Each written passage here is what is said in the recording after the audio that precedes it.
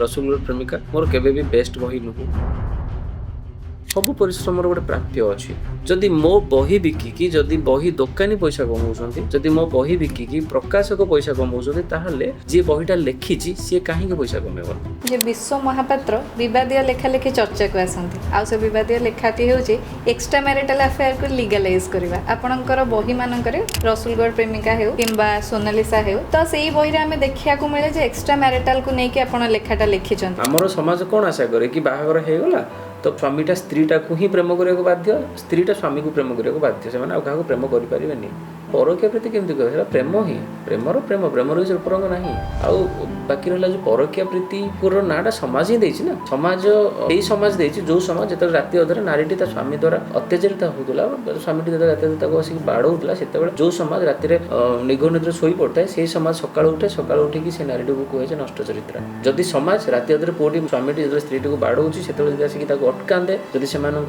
बुझाते जदि से तो सही आम किसी गोटे अलग किसी हुए भावते से भाविया चेष्टा करें कौ परिस्थिति से नारी जाए अजन पुरुष पाखक जाए प्रेम ही प्रेम लेखकटे सब विद्रोही हवा आवश्यक लगे तेणुक मुझे विद्रोह करने को चेष्टा करी कि बहिता नारी विवाहित पुरुष को प्रेम करूँ मते नायिका सोनालिसा बेसी खलनायिका परी लगे जड़े टोपी बिंदा प्रकाशक गोटे फेसबुक रे पोस्ट करें कि विश्व महापात्र सोनालिसा लिखि ना बोध हुए मुझे जानी कौन घटना कौ परिस्थिति रे से टोपी बिंदा प्रकाशक लिखिले से धला साड़ी बिंदा प्रकाशक एमती से सपोर्ट करी कहले कौ बेस आई डोंट नो कथा शुणा को मिले जे विश्व महापात्र प्रकाशन संस्था मानक सहित सुस्थ संपर्क स्थापन करि पारंती नहीं।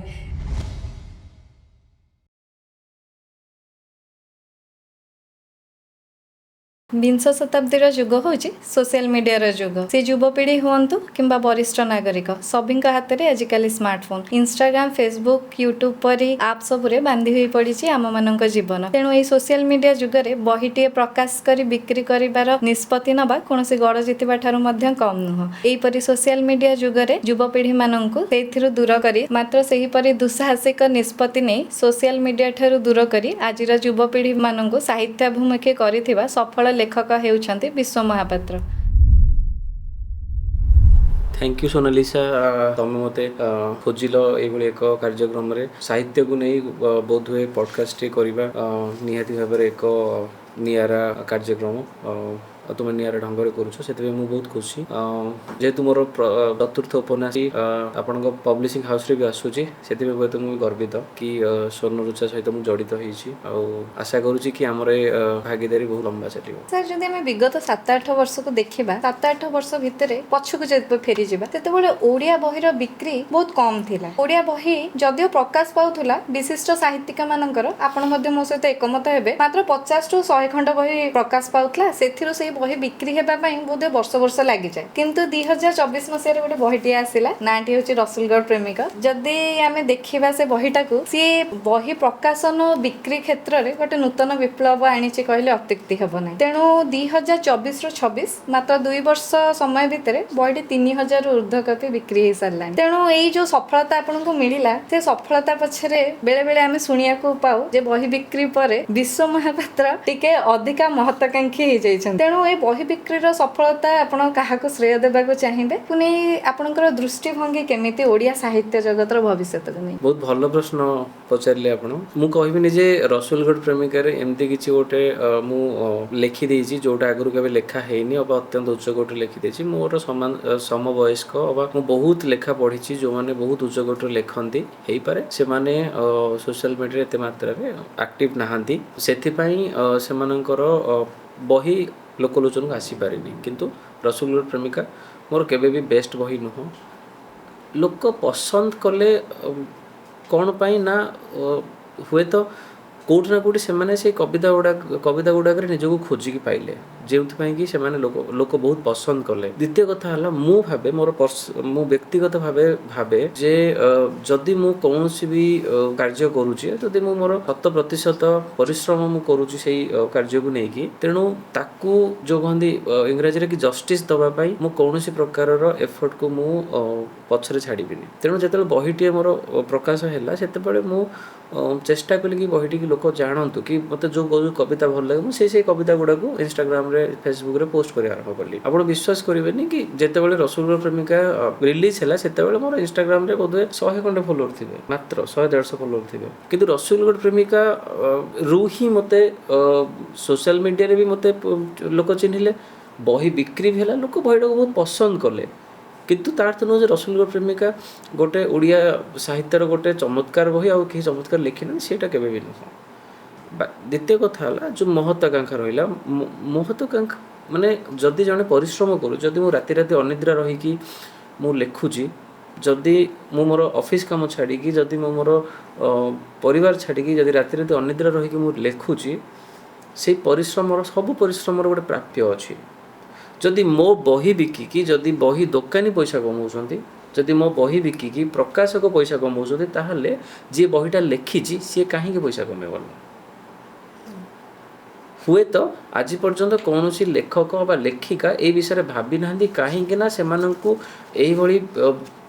भाव यही कुहा जाए दर्शा जाए ओडिया बही तो बिक्री हुएनी सही कथा तो से कौन लेखक प्रकाशक को प्रश्न करने को साहस करेनि जे मोर केतेटा बही बिक्री है मत केते पैसा मिल से प्रश्न करने माने कुंठाबोध करते कहीं से दर्शा जाए बही बिक्री होनी किंतु जितेबाला मोर बही बिक्री है जितेबाला मुझे देखिली मोर बही बिक्री हो प्रकाशक पैसा कमाउछंती मोर बही बिक्री हो बही दोकानी पैसा कमाउछंती सेतेबेले लेखक जे बहीटी को लिखी राति अनिद्रा कि सी जदि 2 पैसा आशा करूँ से खराब कथा कौन अच्छी तो से महत्वाकांक्षा कहीपर से कहीपर मो परिश्रम प्राप्य मुझे गोटे बही लिखिली से 2 पैसा पाइले मोर परवर्ती बही अंटा भिड़ी पारि राइट मुझे हाथ रू खर्च करके घोड़ा नाची पारि आमर तापर गोटे कथा शुणा मिले जे विश्व महापात्र बही लेखा अपेक्षा चेहरा बहुल मात्रा बिक्री हुए तेणु यही कथाटा को आप क्यों दृष्टि देखते निहाती भाव गोटे खुशीर कथा जदि मु सुंदर देखा जदि लोक मते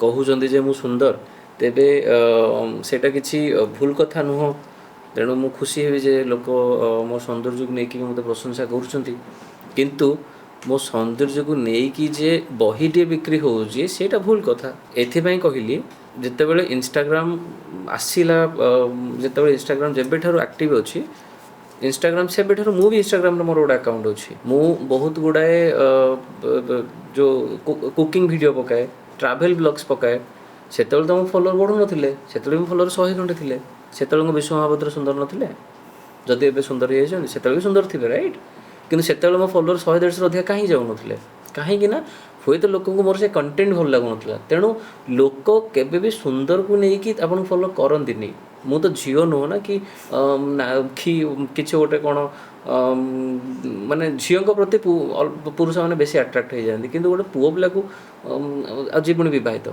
तेणु ताकू एत मात्रा लोक कहीं सौंदर्य ने केते कहीं से फॉलो करेंगे कौट ना कौटे मो कंटेंट ही लोक अट्राक्ट करी अब कहीं जहाँ भी मोर सोशल मीडिया मुझे भी भाइराल होती मोर लोक मत चिन्ह सोशल मीडिया थ्रू आटा रसूलगढ़ प्रेमिका है ना कि पूर्वर मुझे भी इन्फ्लुएंसर नथी कि पर के बही लिखी सेमती ना मु फास्ट बही ही लिखी पर मो बही मध्यम लोक मत चिन्हिले लोक मत खोजिले लोक मत इंस्टाग्राम फॉलो कले आपण जब कंटेंटर कथा कहले से कंटेंटर कथा को लेकिन गोटे आपण विषय कथाटे आसे जे विश्व महापात्र विवादीय लेखालेखी चर्चा को आसती आउ से विवादीय लेखाटी हूँ एक्सट्रा मैरिटल अफेयर को लीगलाइज करवा आपणकर बही मानक रसूलगढ़ प्रेमिका हो किंबा सोनालिसा हो तो से बही आम देखा मिले जे एक्सट्रा मैरिटल को लेकिन आप लेखाटा लिखिं तेणु यहीटा को आप कौ दृष्टि देखते नाई से एक्सट्रा मैरिटल जब मुझे इंटेंशनली लिखुची सेटा नुह से कहानी पाई हुए तो से जो विषय वस्तुटा निहाती भाव आवश्यक थिला सेथिपाई से उपन्यास रे मु सेटा एक्सट्रा मैरिटल को रखी कहीं मोर से कहानी विषय वस्तु सेटा थिला तापर मु ताली लिखी तापर मु धेड़ू लिखी तेणुक आउ तो गोटे एक्सट्रा मैरिटल नहीं तेणु जो कहानी मु बाछे से कहानीर आवश्यकता अनुसार मु जो विषय वस्तु को रखा चेष्टा करे द्वितीयतः मु एक्सट्रा मैरिटल को लीगलाइज केबे करिया को चेष्टा करिनी किंतु मु सबू इंटरव्यू मानक गोटे बाढ़े कि ବାକି ସଂଯୋଗବଶତଃ ମୋ ପ୍ରଥମ ଉପନ୍ୟାସର ନାଁ ବି ଆପଣଙ୍କ ନାଁ ସାଙ୍ଗରେ ମ୍ୟାଚ୍ କରୁଛି। ତେଣୁ ଗୋଟେ ଯୁକ୍ତି ବାଢ଼େ ଯେ ଯେଉଁ ଆପଣ ଏକ୍ସଟ୍ରା ମ୍ୟାରିଟାଲ କହୁଛନ୍ତି କି ଅବା ପରକୀୟା ପ୍ରୀତି ଠିକ୍ ଅଛି, ଏଇଟା ସମାଜ ପରକୀୟା ପ୍ରୀତି କହିଛି। କିନ୍ତୁ ଆପଣ ଭାବନ୍ତୁ ଗୋଟେ ଝିଅଟିଏ ଯଦି ବିବାହିତା, ଆଉ ଆମର ସମାଜ କ'ଣ ଆଶା କରେ କି ବାହାଘର ହେଇଗଲା ତ ପୁଅଟା ସ୍ୱାମୀଟା ସ୍ତ୍ରୀଟାକୁ ହିଁ ପ୍ରେମ କରିବାକୁ ବାଧ୍ୟ, ସ୍ତ୍ରୀଟା ସ୍ୱାମୀକୁ ପ୍ରେମ କରିବାକୁ ବାଧ୍ୟ, ସେମାନେ ଆଉ କାହାକୁ ପ୍ରେମ କରିପାରିବେନି। କିନ୍ତୁ ସେଇଭଳି ଏକ ବିବାହରେ ଯଦି ପ୍ରତିଦିନ ରାତିରେ ସ୍ତ୍ରୀଟାକୁ ତା ସ୍ୱାମୀ ମଦ ପିଇକି ଆସିକି ବାଡ଼ଉଥିବ, ତାକୁ ଟର୍ଚର କରୁଥିବ, ସେଇଠି ସେ ସ୍ତ୍ରୀଟି ସେ ସ୍ୱାମୀଟିକୁ କ'ଣ ପ୍ରେମ କରିପାରିବ? ଆପଣ କୁହନ୍ତୁ, ଆପଣ ତ ଜଣେ ନାରୀ, ଆପଣ ଉତ୍ତର ଦିଅନ୍ତୁ, ଆପଣ ପ୍ରେମ କରିବେ ନା ଘୃଣା କରିବେ? ନିଶ୍ଚିନ୍ତ ରୂପେ ଘୃଣା କରିବରେ। ଯଦି ଆପଣ ଘୃଣା କରିବେ ତାହେଲେ କ'ଣ ଆପଣ ସାରା ଜୀବନ ଆଉ ପ୍ରେମ କରିପାରିବେ? ଆପଣ ଡିଜର୍ଭ କରୁନି ବିକଜ କି ଆପଣ ମ୍ୟାରେଡ୍। ନିଶ୍ଚିନ୍ତ ରୂପେ ସେଇ ସମୟରେ ଯେତେବେଳେ ଆଉ ଜଣେ କିଏ ତା ଲାଇଫକୁ ଆସୁଛି ଯିଏ ତାକୁ ଦୁଇ ପଦ ଭଲ କଥା କହୁଛି, ତାର ସେଇ ସମୟର ଦୁଃଖମାନଙ୍କୁ ସେ ଲାଘବ କରୁଛି, ସେତେବେଳେ ତାର ତା ପ୍ରତି ଗୋଟେ ୱିକନେସ୍ ଆସିବାଟା ସ୍ୱାଭାବିକ କଥା। ତ ସେଇଟାକୁ ଆପଣ ପରକୀୟା ପ୍ରୀତି କେମିତି କହିବେ? ସେଇଟା ପ୍ରେମ ହିଁ, ପ୍ରେମର କିଛି ରୂପରଙ୍ଗ ନାହିଁ। ଆଉ ବାକି ରହିଲା ଯେଉଁ ପରକୀୟା ପ୍ରୀତି ର ନାଁଟା ସମାଜ ହିଁ ଦେଇଛି ନା। ସମାଜ ସେଇ ସମାଜ ଦେଇଛି ଯେଉଁ ସମାଜ ଯେତେବେଳେ ରାତି ଅଧରେ ନାରୀଟି ତା ସ୍ୱାମୀ ଦ୍ୱାରା ଅତ୍ୟାଚାରିତ ହେଉଥିଲା, ସ୍ୱାମୀଟି ଯେତେବେଳେ ରାତି ଅଧରେ ତାକୁ ଆସିକି ବାଡ଼ଉଥିଲା, ସେତେବେଳେ ଯେଉଁ ସମାଜ ରାତିରେ ନିଘୋ ନିଦ୍ରା ଶୋଇପଡ଼ିଥାଏ, ସେଇ ସମାଜ ସକାଳୁ ଉଠିକି ସେ ନାରୀଟିକୁ କୁହେ ଯେ ନଷ୍ଟ ଚରିତ୍ରା। ଆଜ୍ଞା ବୁଝିପାରିଲେ ନା?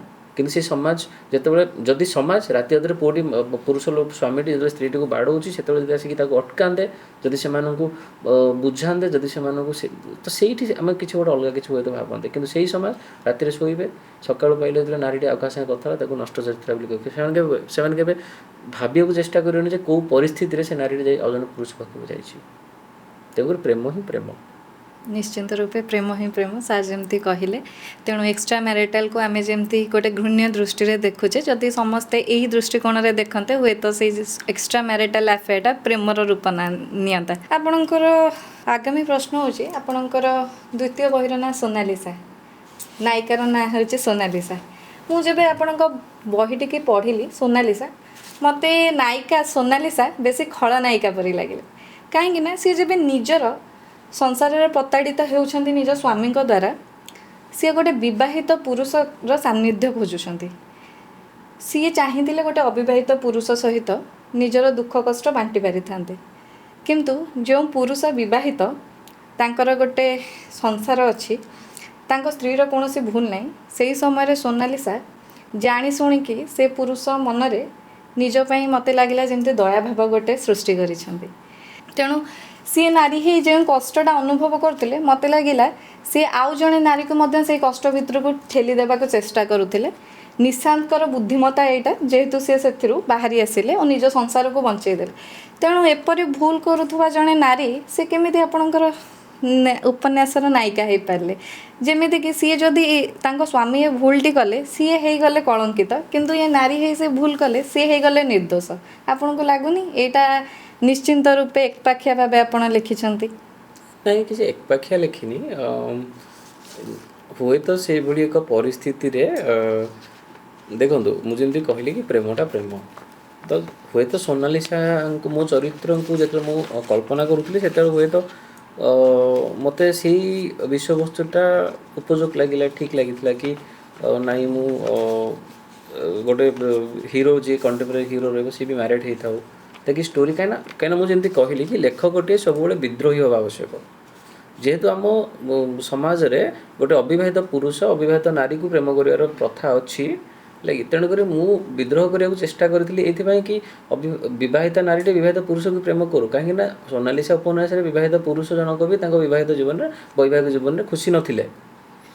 ତେଣୁ ଯେଉଁ ଆପଣଙ୍କୁ ଜଷ୍ଟ ପୂର୍ବ କ୍ୱେଶ୍ଚିନ୍ରେ ଆପଣଙ୍କୁ ଯେଉଁ ସିନାରିଓ ମୁଁ ପ୍ରେଜେଣ୍ଟ କଲି, ସେଇ ସିନାରିଓ ବି ଗୋଟେ ପୁରୁଷ ସହିତ ହେଇପାରେ। ଗୋଟେ ପୁରୁଷ ବି ତାର ମ୍ୟାରେଜ୍ ଲାଇଫ୍ରେ ତା ସ୍ତ୍ରୀ ଦ୍ୱାରା ଟର୍ଚର ହେଇପାରେ। ତ ସେଇ ପରିସ୍ଥିତିରେ ଯଦି ପୁରୁଷଟି ଯଦି ଆଉ ଜଣେ ନାରୀର ସାନ୍ନିଧ୍ୟ ଖୋଜିଲା, ସେଥିରେ କିଛି ଭୁଲ ନାହିଁ। ତେଣୁ ସାନ୍ନିଧ୍ୟ ଇନ୍ ଦ ସେନ୍ସ କି ଆପଣ ଯଦି ଇମୋସନାଲ୍ ବି ସପୋର୍ଟ କରୁଛନ୍ତି ନା। ମୋର ବହୁତ ଗୁଡ଼ିଏ ସାଙ୍ଗ ଅଛନ୍ତି, ମାନେ ବୋଧହୁଏ ଏବେ ବିଗତ କିଛି ଦିନ ତଳେ ଜଣେ ମୋର ସାଙ୍ଗ ଆତ୍ମହତ୍ୟା କରିଦେଲେ। ତାଙ୍କର ପାରିବାରିକ କଳହ ଲାଗି ସେ ଆତ୍ମହତ୍ୟା କରିଲେ। ବୁଝିପାରୁଛନ୍ତି ନା ହୁଏତ ଯଦି ସେଇ ସମୟରେ ସିଏ ତାର ସେ ଦୁଃଖଟାକୁ କାହା ସହିତ ବାଣ୍ଟି ପାରିଥାନ୍ତା ହୁଏତ ତା ମନ ହାଲକା ହେଇଯାଇଥାନ୍ତା ହୁଏତ ସେ ଆତ୍ମହତ୍ୟା ଭଳି ଚରମ ପଦକ୍ଷେପ ନେଇନଥାନ୍ତା। ନିଶ୍ଚିତ। ତେଣୁ ମୋତେ ଲାଗେ କି ସେଇ ପ୍ରେମ ଆପଣଙ୍କୁ କିଛି ସମୟ ପାଇଁ ଆପଣଙ୍କୁ ଆତ୍ମହତ୍ୟାରୁ ତ ଆପଣଙ୍କୁ ଇଏ କରିପାରୁଛି ରିଫ୍ରେନ୍ କରିପାରୁଛୁ ନା ଆପଣଙ୍କୁ। ତେଣୁ ଏଠି କେହି ଖଳନାୟକ ନାହାନ୍ତି ଏଠି କେହି ଖଳନାୟିକା ନୁହଁ କେହି ଖଳନାୟକ ନୁହଁ ସମସ୍ତେ ଏଠି ପରିସ୍ଥିତିର ଦାସ। ପରିସ୍ଥିତି। ସୋନାଲିସା ବି ପରିସ୍ଥିତିର ଦାସ ନିଶାନ୍ତ ବି ପରିସ୍ଥିତିର ଦାସ। ତେଣୁ ପରିସ୍ଥିତି କେତେବେଳେ କାହା ମନରେ କାହା ପାଇଁ ପ୍ରେମ ସୃଷ୍ଟି କରିଦେବ ସେଇଟା ଆମେ କେବେ କହିପାରିବା ନାହିଁ ସବୁ ଆମ ଭାବନା ଉପରେ ନିର୍ଭର କରେ। ପରବର୍ତ୍ତୀ ପ୍ରଶ୍ନଟି ହେଉଛି ମୁଁ ଦେଖିଲି ଆପଣଙ୍କର ଦୁଇଟାକ ସଫଳ ବହି କବିତା ବହି ରସୁଲଗଡ଼ ପ୍ରେମିକା ଦ୍ୱିତୀୟଟି ହେଉଛି ସୋନାଲିସା ଗୋଟେ ନିର୍ଦ୍ଦିଷ୍ଟ ପ୍ରକାଶନ ସଂସ୍ଥା ଦ୍ୱାରା ପ୍ରକାଶିତ ହୋଇଥିଲା। ଦ୍ୱିତୀୟ ବହିଟି ପୁଣି ଥରେ ନୂତନ ପ୍ରକାଶନ ସଂସ୍ଥା ଦ୍ୱାରା ପ୍ରକାଶିତ ହେଲା। ତେଣୁ ଗୋଟେ କଥା ଶୁଣିବାକୁ ମିଳେ ଯେ ବିଶ୍ୱ ମହାପାତ୍ର ପ୍ରକାଶନ ସଂସ୍ଥାମାନଙ୍କ ସହିତ ସୁସ୍ଥ ସମ୍ପର୍କ ସ୍ଥାପନ କରିପାରନ୍ତି ନାହିଁ। ତେଣୁ ଏ କଥାରେ କେତେ ଦୂର ସତ୍ୟତା ରହିଛି ବା ଏ କଥାଟି କେତେ ଦୂର ଯୁକ୍ତିଯୁକ୍ତ? ଚମତ୍କାର ପ୍ରଶ୍ନ। ଆଚ୍ଛା ବୋଧହୁଏ ଆପଣ ବହୁତ ରିସର୍ଚ୍ଚ କରିଛନ୍ତି। ଆଚ୍ଛା ପ୍ରଥମ ଦୁଇଟା ବହି ମୋର ଯେଉଁ ପ୍ରକାଶନ ସଂସ୍ଥା ସହିତ ଥିଲା ଆଜି ବି ମୋର ତାଙ୍କ ସହିତ ବହୁତ ଭଲ ସମ୍ପର୍କ। କିନ୍ତୁ ଯେହେତୁ ପ୍ରକାଶନ ସଂସ୍ଥାଟି ଭୁବନେଶ୍ୱର ବା କଟକର ନଥିଲା ଆଉ ଯେହେତୁ ମୁଁ ରହେ ଭୁବନେଶ୍ୱରରେ ବହିର ଡିଷ୍ଟ୍ରିବ୍ୟୁସନରେ ବହୁତ ଗୁଡ଼ିଏ ଅସୁବିଧାର ସମ୍ମୁଖୀନ ଆମେ ହେଇଥିଲୁ ଅବା ହେଲୁ। ଯେମିତିକି ଭୁବନେଶ୍ୱରରେ ବହି ଦେବା ବୁକ୍ ଷ୍ଟୋର୍ ମାନଙ୍କରେ ବହି ଅଫଲାଇନ୍ ଡିଷ୍ଟ୍ରିବ୍ୟୁସନ୍ ଯେଉଁଟା ସେଇ ଡିଷ୍ଟ୍ରିବ୍ୟୁସନ୍ ଚ୍ୟାନେଲ୍ଟା ଆମର ସେତେ ଠିକ୍ ସେ ହେଇପାରିଲାନି। ମୋତେ ନିଜକୁ ଇନଭଲ୍ଭ ହେବାକୁ ପଡ଼ିଲା ଯେହେତୁ ମୁଁ ଚାକିରିଟିଏ କରେ ପ୍ରାଇଭେଟ୍ ଚାକିରିଟିଏ କରେ ମୋତେ ପୁଣି ମୋ ଚାକିରିକୁ ବି ଦେଖିବାର ଅଛି ମୋ ଘରକୁ ଦେଖିବାର ଅଛି ତ ମୁଁ ସେତିକି ସମୟ ଦେଇପାରିଲିନି। ତେଣୁ ମୁଁ ଏଇ ନିଷ୍ପତ୍ତି ନେଲି ଯେ ନାଇଁ ଠିକ୍ ଅଛି ଦୁଇଟା ବହି ତ ମୁଁ ଭାଇଙ୍କ ପାଖରେ କରିଲି ଏବେ ତୃତୀୟ ବହି ମୁଁ ଆଉ ଜଣେ ପ୍ରକାଶନ ସଂସ୍ଥା ପାଖରେ କରିବି କଟକର ପ୍ରକାଶନ ସଂସ୍ଥା ପାଖରେ କରିବି।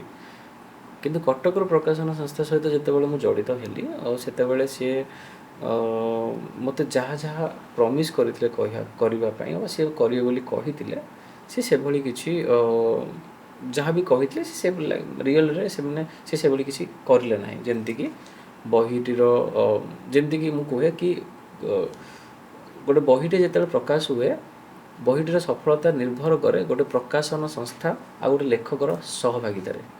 This is a partnership between your publisher and your writer. ଯଦି ପବ୍ଲିଶର୍ କହିବେ ଯେ ନାଇଁ ସବୁ ପରିଶ୍ରମ ତୁମେ କର ଆମକୁ କେବଳ ଲାଭ ଖାଇବୁ କି ଆମେ କେବଳ ବହିର ଯାହା ବି ପ୍ରଫିଟ୍ ହେଲା ଆମେ ସେଇଟା ନେଇଯିବୁ ମୁଁ ସେଭଳି ପ୍ରକାଶନ ସଂସ୍ଥା ସହିତ କେମିତି ଜଡ଼ିତ ହୋଇପାରିବି? ଯଦି ମୁଁ ସବୁ ପରିଶ୍ରମ କରିବି ତାହେଲେ ପଇସା ବି ମୁଁ ନେବି।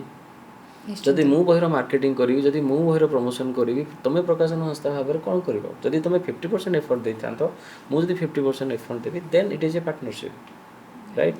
ଯେଉଁଟା ମୁଁ ସେଇଠି ମୋତେ ଲାଗିଲା ଯେ ସେଇଠି ମୋତେ ମୁଁ ପାଇଲିନି। ଇଭେନ୍ ମୋର ଡିସେମ୍ବର ତାଳି ବହିଟା ଯେତେବେଳେ ମୋର ରିଲିଜ୍ ହେଲା ଡିସେମ୍ବର 20 ପରେ ଯେତେବେଳେ ମୋ ବହି 500 କପି ସେ ଛାପିଥିଲେ 500 କପି ଯେତେବେଳେ ସରିଗଲା ସମ୍ବଲପୁର ବୁକ୍ ଫେୟାର ଥାଏ ମୁଁ ଭାଇଙ୍କୁ ବହୁତ ଥର କହିଥିବି ସେ ପ୍ରକାଶକୁ ମୁଁ ବହୁତ ଥର କହିଥିବି ଯେ ଭାଇ ବହି ଆଉଟ୍ ଅଫ୍ ଷ୍ଟକ୍ ହେଇଗଲାଣି ଆପଣ ବହି ଆଣନ୍ତୁ ବହି ପ୍ରିଣ୍ଟ କରନ୍ତୁ ଲାଗି ଫେବୃଆରୀ ମାର୍ଚ୍ଚ ପର୍ଯ୍ୟନ୍ତ ବି ସେ ବହି ପ୍ରିଣ୍ଟ କଲେନି।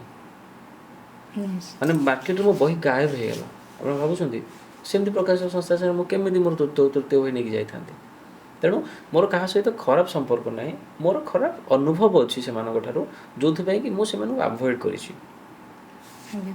ତେଣୁ ଯେତେବେଳେ ଆମେ ବହିଟି ପ୍ରକାଶ କରନ୍ତି ଲେଖକ ଓ ପ୍ରକାଶକଙ୍କ ମଧ୍ୟରେ ସହଭାଗିତାଟା ନିହାତି ଦରକାର। ଆବଶ୍ୟକ। ସେମିତି ସହଭାଗିତାଟା ନହେଲେ ନିହାତି ରୂପେ ଲେଖକଙ୍କୁ ଆମେ ହରାଇଦେବା। ଏଇଟା ଗୋଟେ ସୁସ୍ଥ ପ୍ରକାଶନ ସଂସ୍ଥାର ଲକ୍ଷଣ। ତାପରେ ପ୍ରଶ୍ନଟି ଆସେ ତାଳି ଉପନ୍ୟାସ ଯେବେ ଆପଣଙ୍କର ବାହାରିଲା ପ୍ରକାଶ ପାଇଲା ତା ପୂର୍ବରୁ ଆମେ ଶୁଣିବାକୁ ପାଉଥିଲୁ ଯେ ଗୋଟେ ବିଶିଷ୍ଟ ପ୍ରକାଶନ ସଂସ୍ଥା ସହିତ ଆପଣଙ୍କ ବହିଟି ବାହାରିବ କରିକି ଏମିତିକି ପାଣ୍ଡୁଲିପିଟି ସେଠିକି 6 ମାସ ଆଗରୁ ଯାଇସାରିଥିଲା ମଧ୍ୟ ଶେଷ ପର୍ଯ୍ୟାୟରେ ଥିଲା। ତାପରେ ହଠାତ୍ କିନି ଯେବେ ତାଳି ବହିଟି ପ୍ରକାଶ ପାଇଲା ସେତେବେଳେ ଆମେ ଦେଖିଲୁ ଯେ ସେ ବହିଟି ଏକ ନୂତନ ପ୍ରକାଶନ ସଂସ୍ଥା ସହିତ ପ୍ରକାଶ ପାଇଲା। ନୂତନ କହିବାର ଅର୍ଥ ହେଉଛି ଯେଉଁ ପ୍ରକାଶନ ସଂସ୍ଥା ବିଷୟରେ ଆମେ ଶୁଣିବାକୁ ଚାହିଁନଥିଲୁ ଜାଣିନଥିଲୁ ସେଇ ପ୍ରକାଶନ ସଂସ୍ଥା ସହିତ ଆପଣଙ୍କ ବହିଟି ପ୍ରକାଶ ପାଇଲା। ତେଣୁ ଏମିତି ଶେଷ ସମୟରେ ନିଷ୍ପତ୍ତିଟା ଆପଣ କାହିଁକି ନେଲେ? ଆପଣ ବୋଧହୁଏ ତାର କ୍ରୋନୋଲୋଜି ବୁଝିବାକୁ ପଡ଼ିବ ଯେ କ'ଣ ପାଇଁ ବହିଟି ସେଇ ପ୍ରକାଶନ ସଂସ୍ଥାରେ ଆସିଲାନି ଆଉ ଜଣେ ପ୍ରକାଶନ ସଂସ୍ଥାରେ ଆସିଲା। ତାର ଗୋଟେ କ୍ରୋନୋଲୋଜି ଅଛି। सोनालिसा ଯେତେବେଳେ ବାହାରିଲା ସେତେବେଳେ ଜଣେ ଟୋପି ପିନ୍ଧା ପ୍ରକାଶକ ଆପଣ ଗୁଗୁଲ୍ କରିନେବେ ସେ ଟୋପି ପିନ୍ଧା ପ୍ରକାଶକ କିଏ।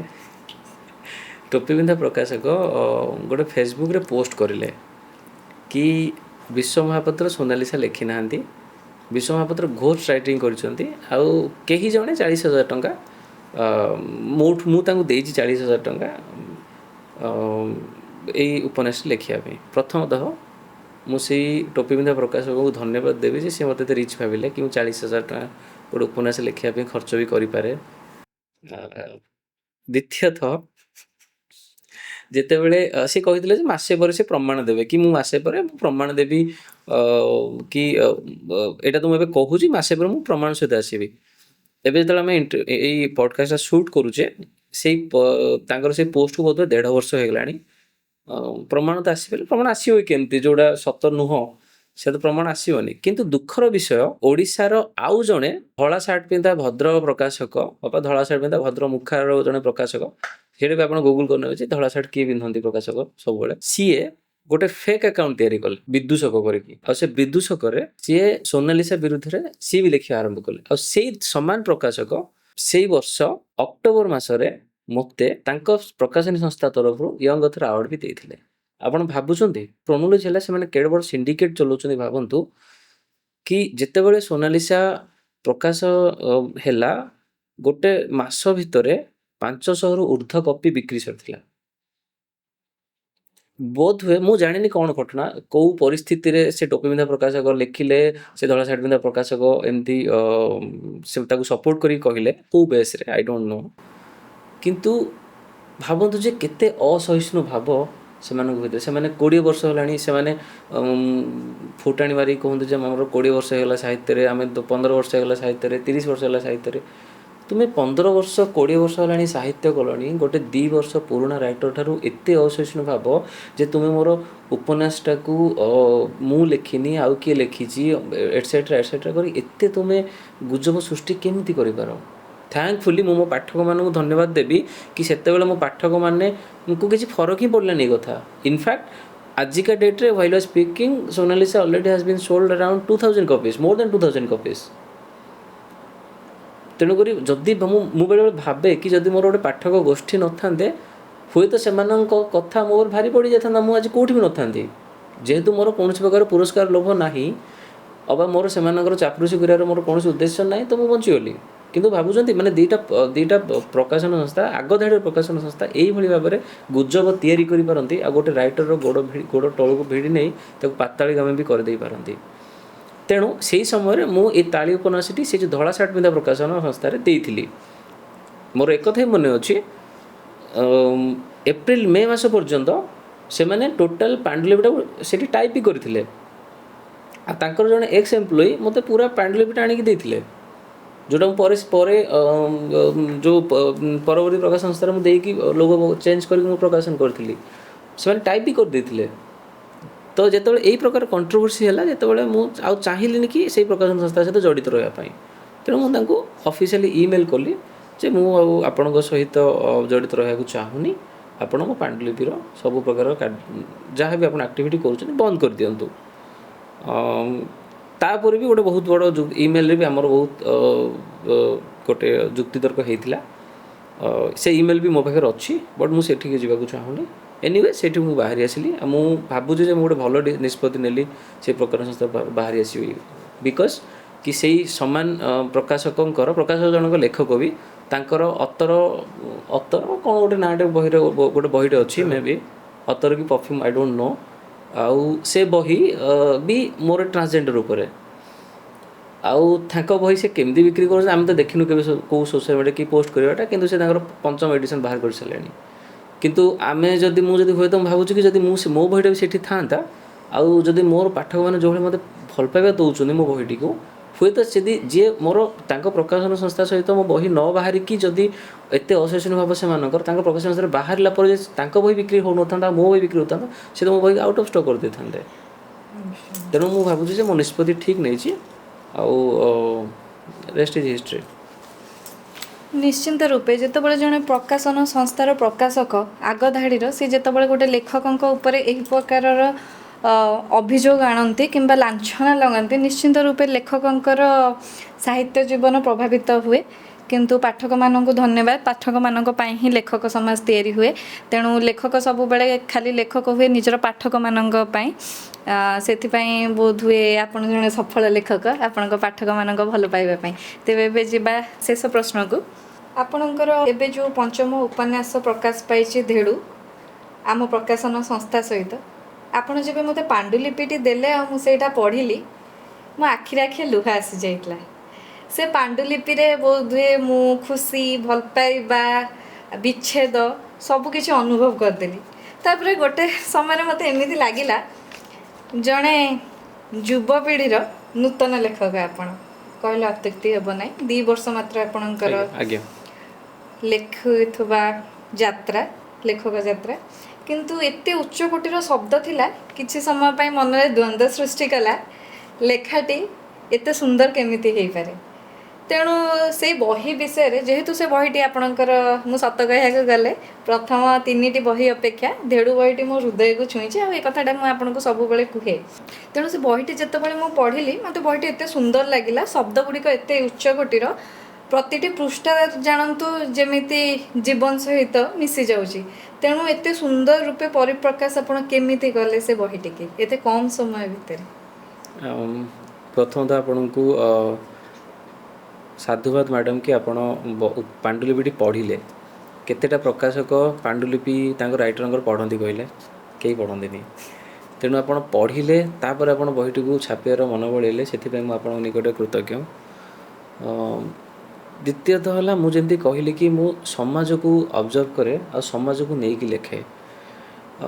ତେଣୁ ସମାଜରେ ଘଟୁଥିବା, ଆପଣ ଧେଡ଼ୁ ଉପନ୍ୟାସରେ ସମାଜରେ ଘଟିଥିବା କାହାଣୀମାନଙ୍କୁ ହିଁ ଭେଟିବେ, କିନ୍ତୁ ସେଇ କାହାଣୀମାନଙ୍କୁ ଭେଟିବେ ଯେଉଁ କାହାଣୀମାନଙ୍କ ବିଷୟରେ କେହି ଲେଖନ୍ତିନି ବା କେହି ସ୍ୱର ଉତ୍ତୋଳନ କରିବାର ପ୍ରୟାସ କରନ୍ତିନି। ଆପଣ ସେଇ ଚରିତ୍ରମାନଙ୍କୁ ଭେଟିବେ। ବାକି ରହିଲା ଉଚ୍ଚକୋଟୀର ବା ନିଚ, ସେଇଟା ପାଠକଙ୍କ ଉପରେ ଛାଡ଼ିଦେବା କି କ'ଣ କେମିତି ଲେଖା ହେଇଛି। କିନ୍ତୁ ମୁଁ ଆପଣଙ୍କୁ ଏତିକି କହିପାରେ ଯେ ମୁଁ ବହୁତ ପଢ଼େ। ମୁଁ ଯେବେଠାରୁ 2 ବର୍ଷ ହେଲାଣି, ଯେବେଠାରୁ ମୁଁ ସାହିତ୍ୟ ସହିତ ଜଡ଼ିତ ହେଲିଣି, ତା ଏଇ ଭିତରେ ମୁଁ 500ରୁ ଉର୍ଦ୍ଧ୍ୱ ବହି ପଢ଼ି ସାରିବିଣି। ଉପନ୍ୟାସ ଇଂରାଜୀ ହେଉ ଓଡ଼ିଆ ହେଉ ମୁଁ ପଢ଼ି ସାରିବିଣି 500ରୁ ଉର୍ଦ୍ଧ୍ୱ। କାହିଁକିନା ମୁଁ ଯେମିତି କହିଲି କି ମୁଁ ଟାଇମ୍ ପାସ୍ କରିବା ପାଇଁ ସାହିତ୍ୟ କରୁନି, ଅବା ମୁଁ ମୋର ଗୋଟେ ଜଷ୍ଟ ସାଇଟ୍ ବିଜନେସ୍ ଭାବିକି ମୁଁ ଗୋଟେ ସାହିତ୍ୟ କରେନି। ମୁଁ ସାହିତ୍ୟକୁ ଭଲ ପାଏ, ମୋ ଭାଷାକୁ ଭଲ ପାଏ, ମୋ ରାଜ୍ୟକୁ ଭଲ ପାଏ, ଆଉ ମୁଁ ମୋ ଭାଷାକୁ ନେଇକି ମୁଁ ବହୁତ ସିରିୟସ୍। ତେଣୁ ମୁଁ ସିରିୟସ୍ ଲିଟରେଚର୍ କରିବାକୁ ଚାହେଁ, ଆଉ ମୋତେ ସିରିୟସ୍ ଲିଟରେଚର୍ ପସନ୍ଦ। ଆଉ ଯେ ସିରିୟସ୍ ଲିଟରେଚର୍ କରିବାକୁ, ଯଦି ମୁଁ ସିରିୟସ୍ ଲିଟରେଚର୍ କରୁଛି, ଦେନ୍ ମୁଁ କେମିତି ହାଲକା ଭାବରେ ନେଇପାରିବି ମୋ ଲେଖାକୁ? ଯେଉଁଥିପାଇଁ କି ମୁଁ 500ରୁ ଉର୍ଦ୍ଧ୍ୱ ବହି ବି ପଢ଼ି ସାରିଲିଣି, ଏବେ ବି ପଢ଼ୁଛି। ଏବେ ବି ମୁଁ ପ୍ରତିଦିନ ମୁଁ 10 ପେଜ୍ 15 ପେଜ୍ ପଢ଼ିବାକୁ ଚେଷ୍ଟା କରେ। ଆଉ ନୂଆ ନୂଆ ଅଥରକୁ ପଢ଼େ, ମୋର କଣ୍ଟେମ୍ପୋରାରୀ ଅଥରମାନଙ୍କୁ ବି ପଢ଼େ। ମୁଁ ପୁରୁଣା ରାଇଟରଙ୍କୁ ଯେତିକି ପଢ଼େନି, ମୋ କଣ୍ଟେମ୍ପୋରାରୀ ରାଇଟରମାନଙ୍କୁ ମୁଁ ସେତିକି ପଢ଼େ। ଯେମିତିକି ଆପଣ ସନ୍ତୋଷ ଏଠି ବସୁଛନ୍ତି, ସନ୍ତୋଷ ଅଛି, ସନ୍ତୋଷର ଲେଖା ମୋତେ ଭଲ ଲାଗେ। ଦେବ ଭାଇଙ୍କର ଲେଖା ଭଲ ଲାଗେ, ଦେବବ୍ରତ ଦାସ। ବୀଣାପାଣିଙ୍କର ପରପୁରୁଷ ବି ମୁଁ ପଢ଼ିଛି। ଆଉ ବହୁତ ଗୁଡ଼ା ରାଇଟର ଆଜିକାଲି ନୂଆ ନୂଆ ପିଲାମାନେ ବହୁତ ଭଲ ଲେଖୁଛନ୍ତି। ଯେମିତିକି ଇଂରାଜୀରେ ଗୋଟେ ଲେଖକ ଲେଖିବା ପାଇଁ ଆସିଛନ୍ତି ଓଡ଼ିଶାରେ, ବୋଧେ ଆଦିଶ୍ରୀ ମିଶ୍ର କରିକି। ସିଏ, ତାଙ୍କର ଲେଖା ପଢ଼ିଥିଲି, ଇଂରାଜୀ ପୋଏଟ୍ରି, ଆଉ ବହୁତ ଚମତ୍କାର ଲେଖା। ତେଣୁ ଯେତେବେଳେ ନୂଆ ନୂଆ ପିଲା ଲେଖନ୍ତି, ନୂଆ ନୂଆ ପିଲା ଆସନ୍ତି, ସେତେବେଳେ ମୁଁ ସମସ୍ତଙ୍କୁ ପଢ଼େ, ସମସ୍ତଙ୍କୁ ମୁଁ ନିଜେ ଅନ୍ୟମାନଙ୍କ ଠାରୁ ଏନକରେଜମେଣ୍ଟ ଖୋଜେ ଆଉ ଏନକରେଜମେଣ୍ଟ କରେ ବି। ଯଦି ମୋତେ କିଏ ଏନକରେଜମେଣ୍ଟ କରନ୍ତି, ମୋତେ ଖରାପ ମନ ଦୁଃଖ ଲାଗେ, ଭାଇ କିଛି କହିଲେନି। ତେଣୁକରି ଯେଉଁଟା ମୋତେ ମନ ଦୁଃଖ ଲାଗେ ମୁଁ ସେଇଟା ଅନ୍ୟମାନଙ୍କ ସାଙ୍ଗରେ ହେବାକୁ ଦିଏନି। ଯଦି ମୋତେ କାହାର ବି ଲେଖା ପସନ୍ଦ ଆସେ, ମୁଁ ତାଙ୍କୁ ଫୋନ୍ କରିକି କୁହେ କି ତୁମ ଲେଖା ଭଲ ଲାଗିଲା। ତେଣୁ ଆଜିର ଶେଷ ପ୍ରଶ୍ନଟି ପଚାରିଦେବା। ଯୁବପିଢ଼ିମାନଙ୍କ, ଯେଉଁମାନେ ନୂଆ ନୂଆ ଆସୁଛନ୍ତି, ଯେଉଁ ଯୁବପିଢ଼ି ସାହିତ୍ୟ ଜଗତକୁ, ସେମାନଙ୍କ ପାଇଁ ଆପଣଙ୍କର କ'ଣ ବାର୍ତ୍ତା ରହିବ? ସେମାନେ ନିଜ ଲେଖାକୁ, ଯେଉଁମାନେ ଲେଖକ ହେବା ପାଇଁ ଚେଷ୍ଟା କରୁଛନ୍ତି ସେମାନଙ୍କ ଲେଖାକୁ ସେମାନେ କେମିତି ଇମ୍ପ୍ରୁଭ୍ କରିପାରିବେ, କେମିତି ତାଙ୍କ ଲେଖାଟା ସୁନ୍ଦର ହୋଇପାରିବ, ସେ ସମୟ ସେଇ କଥା ଆପଣଙ୍କର ସେମିତି ମତାମତ ଚାହିଁବି। ସେମିତି ମତାମତ ଦେଲା ଭଳିଆର ବୟସ ମୋର ଆସିନି ବା ସେତିକି ମୁଁ ଲେଖିନି, ତେଣୁ ସେମାନଙ୍କୁ ଆଡ଼ଭାଇସ୍ ଦେଲା ଭଳିଆ ଏଜ୍ ମୋର ନାହିଁ, ସେମାନଙ୍କୁ ଏଜ୍ ଦେବି ଆଡ଼ଭାଇସ୍ ଦେବି। ତେଣୁ ମୁଁ ଆଡ଼ଭାଇସ୍ କାହାକୁ ଦେବା ପାଇଁ ଚାହୁଁନି, କାହିଁକିନା ସମସ୍ତଙ୍କର ଗୋଟେ ନିଜସ୍ୱ ଶୈଳୀ ଅଛି, ସମସ୍ତେ ନିଜ ଶୈଳୀରେ ଲେଖନ୍ତି, ଆଉ ସମସ୍ତେ ଯାହା ଭୋଗନ୍ତି ସେ ସେଇଟାକୁ ଲେଖନ୍ତି। ତେଣୁ ମୁଁ କାହାର ଲେଖାକୁ କେମିତି ଖରାପ କହିପାରିବି ବା କାହାର ଲେଖା ଭଲ ଲେଖାକୁ ଭଲ ମାନେ ଯେଉଁ କଥା ମୋ ହୃଦୟକୁ ଛୁଇଁଛି ସେଇଟାକୁ ମୁଁ ଭଲ ବହୁତ ଭଲ କହିପାରେ, କିନ୍ତୁ କାହାର ଲେଖାକୁ ମୁଁ ଖରାପ କହିପାରିବିନି, କାହିଁକିନା ସିଏ ସେଇଟା ଭୋଗିଥିବା ଲେଖାଟା ସିଏ ଲେଖିଛି ନା। ତେଣୁ ତାର ଏଇଟା ବ୍ୟକ୍ତିଗତ ଅନୁଭବ, ତେଣୁ ମୁଁ କେମିତି କାହାର ଅନୁଭବକୁ ବା କାହାର ଫିଲିଙ୍ଗସକୁ ମୁଁ ଖରାପ କହିଦେବି। ବାକି ଯଦି ଆପଣ ଲେଖୁଛନ୍ତି, ଆପଣ ବହି ଛାପି ଦେଇକି ଘରେ ବସି ଯାଆନ୍ତୁନି। ବହି ଯଦି ବହି ଆପଣ ଛାପି ସାରିଲା ପରେ ସେତିକି ବହି ଲେଖିବାରେ ଯେତିକି ପରିଶ୍ରମ କରୁଛନ୍ତି, ବହିର ପ୍ରଚାର ପ୍ରସାରରେ ବି ସେତିକି ପରିଶ୍ରମ କରନ୍ତୁ। ଲୋକଙ୍କ ପାଖରେ ବହି ପହଞ୍ଚୁ, ଲୋକଙ୍କର ପଢ଼ିବା ହ୍ୟାବିଟ୍ଟା ପୁଣି ଫେରୁ। ଆଉ ଯେମିତି ମୁଁ ସବୁଠି କୁହେ, ମୋର ଟ୍ୟାଗ୍ଲାଇନ୍ ଏଇଟା, ଏଇଠି ବି ଟ୍ୟାଗ୍ଲାଇନ୍ଟା କହିବି ଯେ ମୋର ଗୋଟେ ଡ୍ରିମ୍ ଅଛି ଯେ ଏମିତି ଗୋଟେ ସମୟ ଆସୁ ଲୋକଙ୍କ ହାତରେ ଗୋଟେ ହାତରେ ମୋବାଇଲ୍ ରହୁ ଆଉ ଗୋଟେ ହାତରେ ବହି ରହୁ। ସେଇଠୁ ଆମେ କଥା ଏଣ୍ଡ କରିବି। ଆଶା କରୁଛି ଲୋକଙ୍କୁ ଭଲ ଲାଗିବ। ବହୁତ ଧନ୍ୟବାଦ, ଆପଣ ସ୍ୱର୍ଣ୍ଣରୁଚାକୁ ଆସିଲେ, ଏତେ ସୁନ୍ଦର ସୁନ୍ଦର କଥା କହିଲେ ସାହିତ୍ୟ ବିଷୟରେ। ଆପଣଙ୍କ ବିଷୟରେ ଜାଣିବାକୁ ମିଳିଲା ବହୁତ କିଛି ଜଣା ଅଜଣା କଥା, ଯେଉଁଠି ଲୋକମାନେ ଆପଣଙ୍କୁ ନେଇକି ବିଭିନ୍ନ ପ୍ରକାର କଥା ହେଉ କିମ୍ବା ଗୁଜବ ହଉ ଉଠେ, ସେସବୁ ଆପଣ କ୍ଲାରିଫିକେସନ୍ ଦେଲେ, ସେଥିପାଇଁ ଆମକୁ ବହୁତ ଭଲ ଲାଗିଲା। ମୋତେ ଲାଗୁଛି ବୋଧହୁଏ ଯୁବପିଢ଼ିମାନଙ୍କୁ ବହୁତ କିଛି ଜାଣିବାକୁ ମିଳିଥିବ, ଆପଣଙ୍କ ପାଠକମାନଙ୍କୁ ମଧ୍ୟ ଏଥିରୁ ବହୁତ କିଛି ଶିଖିବାକୁ ମିଳିଥିବ, ଜାଣିବାକୁ ମିଳିଥିବ ଆପଣଙ୍କ ବିଷୟରେ। ଆଶା ଆପଣଙ୍କର ନୂତନ ବହି ଧେଡ଼ୁଟି ବହୁତ ପାଠକୀୟ ଆଦୃତି ଲାଭ କରୁ, ବିପୁଳ ପରିମାଣରେ ବିକ୍ରି ହେଉ, ଏତିକି ଆମର ଆଶା ଓ ବିଶ୍ୱାସ।